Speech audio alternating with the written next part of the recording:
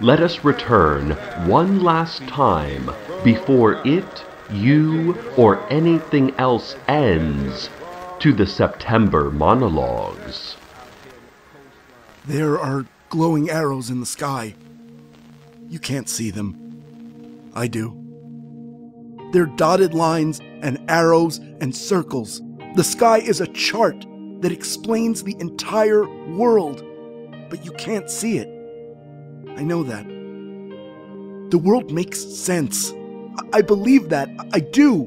It has to. Otherwise, it wouldn't make sense. And that would be the worst thing that could possibly happen.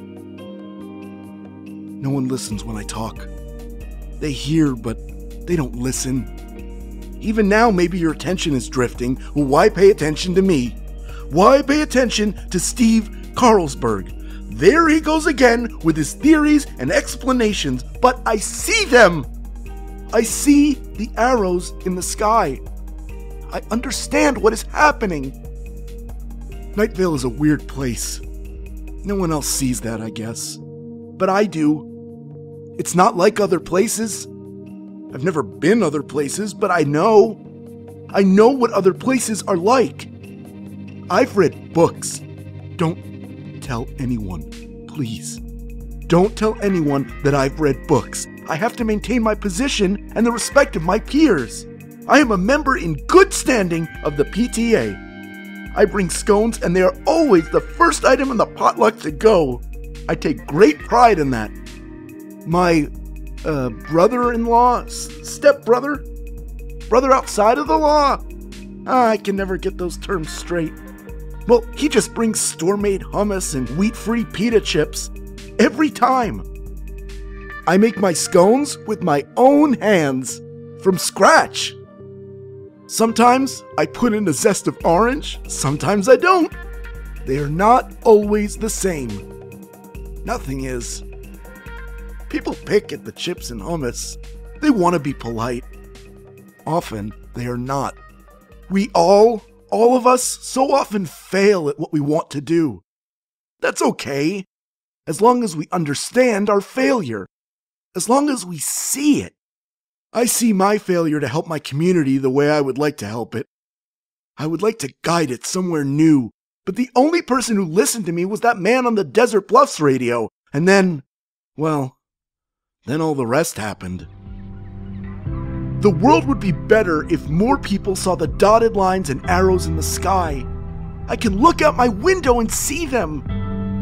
I am doing that now. Listen, I love my wife, and she loves her brother, and we both love our daughter, and my brother-in-law, half-brother, double brother. Well, he loves his niece, so that counts for a lot. That counts for most of it.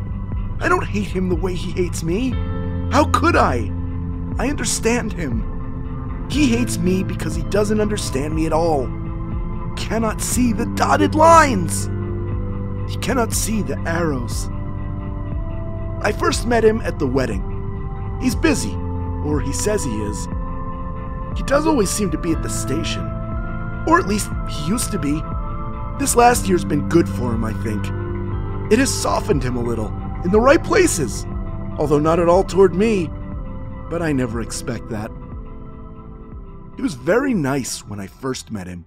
"Welcome to the wedding," he said grandly, which was odd since he actually arrived after me. But it was a nice gesture anyway, and I accepted it with a handshake and a hello. "It's an exciting day, isn't it?" I said. "Here, try a scone." I had made scones. It seemed right in the midst of a formal celebration like that to have a little touch of home, to remind people of the lifetime of simple gestures that this grand celebration was meant to launch. "Oh," he said, "this is just scrumptious. This is the best scone I've ever had." He hasn't said anything like that in some time. We chatted for a while. I don't remember what about. Maybe the weather.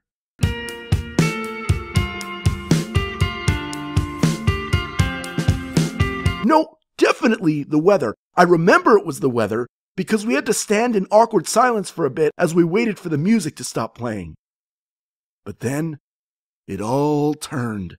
How about those secret agents, I asked, indicating the black-suited women and men lining the back of the room, taking photos and writing down everything that everyone said.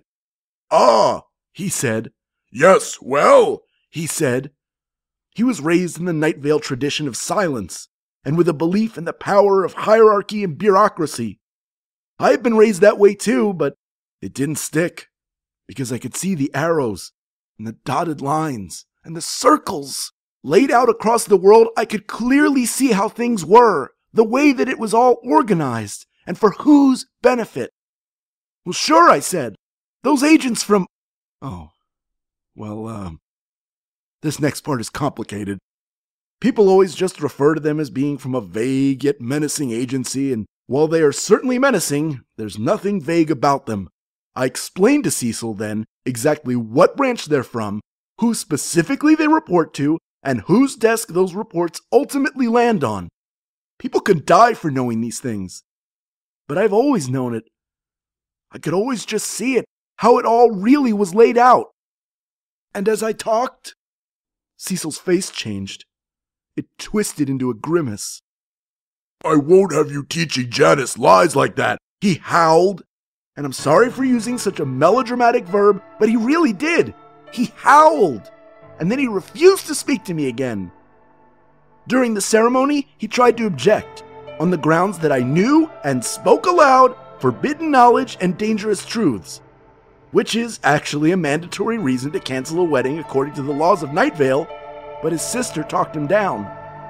Since then, though, he's never trusted me. It's because of Janice. It's because I want Janice to understand the world the way I do. I want her to see the arrows and dotted lines, to know the world, not just repeat what has been told to her. My brother-in-law, as you might imagine, disagrees. She will learn only what she is allowed to learn in schools, he explains to me regularly and loudly. Don't poison her with education. I don't know. Maybe he's right. It's not like knowing has made my life easier. Quite the opposite. Quite the opposite. But every time I look up, I see them. Glowing arrows in the sky. Dotted lines and circles. A great chart that explains it all. And I ask you, how can I know all of this?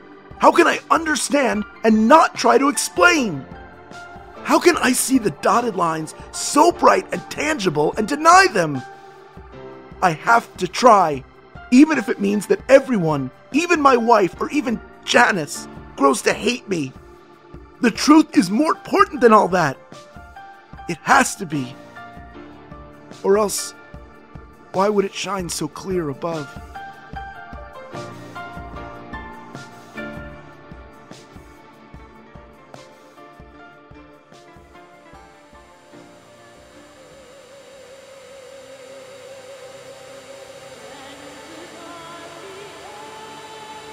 Well, that's it for the September monologues. We've said so much. What more is there to say?